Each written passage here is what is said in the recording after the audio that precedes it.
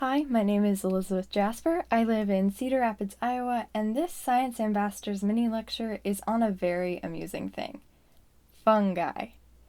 There are three main types of fungi: yeast, molds, and mushrooms. First, yeast is a microscopic single-celled organism that makes things like beer and bread. Yeast is also used to conduct experiments because it digests things well and reproduces rapidly. One way to see this is by putting sugar, yeast, and warm water into a bottle with a balloon on top. When the yeast eats the sugar, it releases carbon dioxide and blows up the balloon. This is how bread gets holes and why it's risen over a warm oven. Bread and other foods mold because of fungi as well.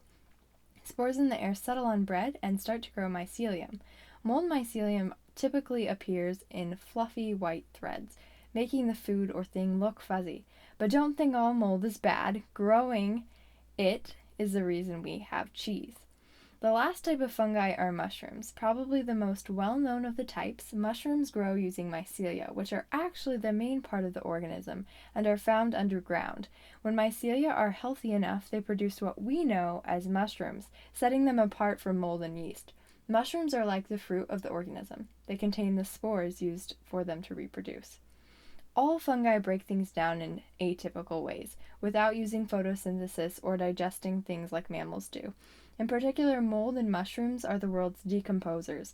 They take in dead stuff and reduce it into simpler forms of matter. Without fungi, the world would be full of dead stuff. So why do people study mushrooms? Mycologists estimate there are 1.5 million uncatalogued species, but the relatively few 100,000 cataloged ones can do some pretty cool stuff.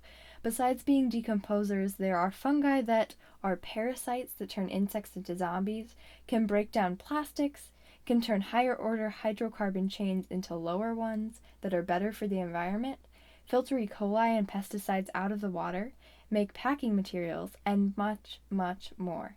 I'd love to go into more detail about how Pustulatiopsis microspora can break down plastics and oyster mushrooms break down hydrocarbon chains, but this lecture is mini. So here's what we do know. Fungi are more than just food sources, alcohol makers, and poisonous things.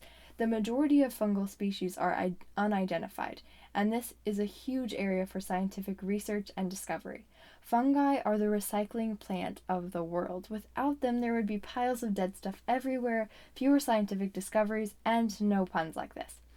Sorry if this was too much information. If you're curious, check out fungid.org to learn more about a mushroom cataloging effort that you can be a part of.